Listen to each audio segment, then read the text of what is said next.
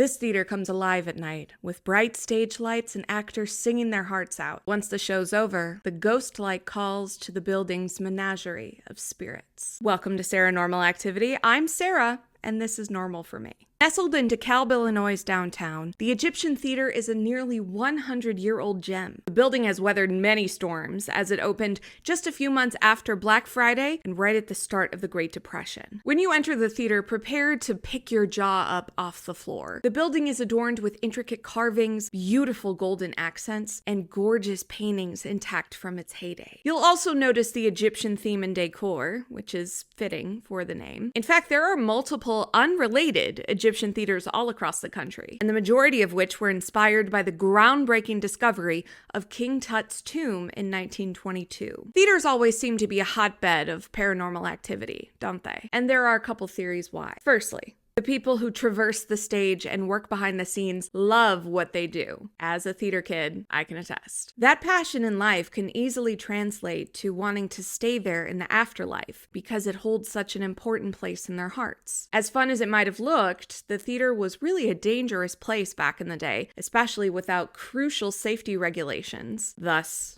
many accidents. And with so many people coming in and out, theories say that theaters can become vortexes, swirling pools of energy due to all the commotion and the high emotions associated with theaters. So who haunts the Egyptian theater? Starting with the dressing room, people have said a very negative energy emanates from the space, especially from the women's bathroom. Some employees straight up refuse to be down there by themselves. In the women's bathroom, people report slamming stall doors, people pounding on those doors, and a woman screaming and crying hysterically. I'm telling this story because we did an investigation at the Egyptian Theater, and we fully planned on going downstairs. We wanted to be girls and sit down and see if she would want to talk and tell us what was wrong. Once the lights were out in the entire theater, we made our way towards the stairs for the dressing room and the women's bathroom, and we stopped because it felt like there was a presence at the bottom of the stairs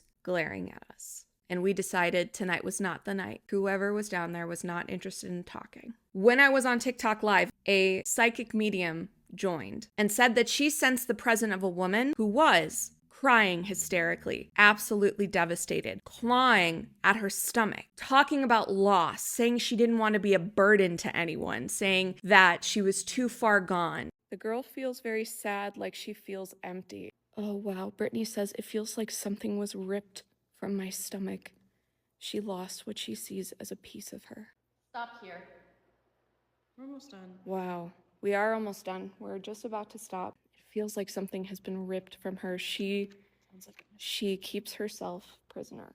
She doesn't want people there. She thinks she's a poison, so she scares people away. Our team also saw shadows passing through the seats of the theater as we were standing on stage, with one of us even feeling the presence of a woman sitting in one of the seats and also glaring at us with extreme, vicious judgment. Well, it's a theater. Who isn't judging everybody? There are luckily more lighthearted spirits that roam the theater, like the balcony's woman in green. She's often seen smoking a very long cigarette and, of course, wearing a beautiful green dress. Her MO is that she's usually seen by performers sitting in the balcony in one of her favorite seats, enjoying the show. She's known for having quite the jovial energy and really enjoys attention. Same girl. There's also the spirit of a very dedicated building caretaker who is often seen pushing a broom across the stage in his blue jumpsuit. You might also catch a glimpse of a man in an old-timey suit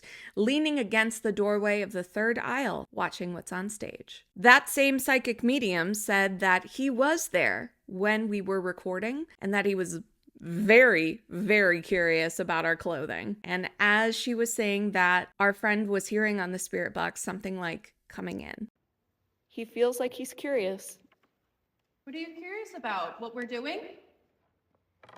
Sorry, that was me. Excuse me. Ourselves again. My name is Sarah. I'm Kayla. And this is Kristen. Coming in. What? Someone coming into the theater? Coming in. Yeah.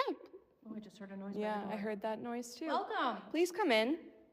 When we explained to this person that our clothes looked this way because we were from 2025, my phone immediately died. Somehow I have a feeling that he had a bit of a crash out, that it was the 2020s and not the 1920s. We do think it was this curious man who was playing with our REM pod so successfully. Like really, between the spirit box's responses and what we were seeing on the REM pod, it was so intelligent and again, very curious. Good job making it yellow. Great. Can you make it any other color? 4. There are 4 colors. Can you choose a different one besides red and yellow? Where's that? It's right over there. Aisle 2? What about Yes. a little closer? The dots, right? The dot. Oh my gosh, the dots. Yes. Spirits on stage also loved one of our newer tools. Really wish I knew how to describe it well, but it's a long rope, LED rope, that's sort of motion activated, sort of EMF activated. Basically, it lights up when anyone steps over it or steps close enough to it. And when we left the theater to go in the lobby, we kept our cameras running on stage on that rope, and several times we saw it light up.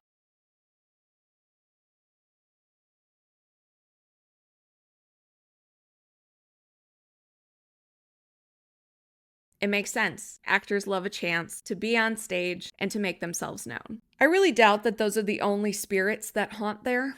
We very much felt watched as we walked around the theater. There were a couple of lights that were on and then off and then on. We had some great orb footage happening, both in the aisles and right on stage.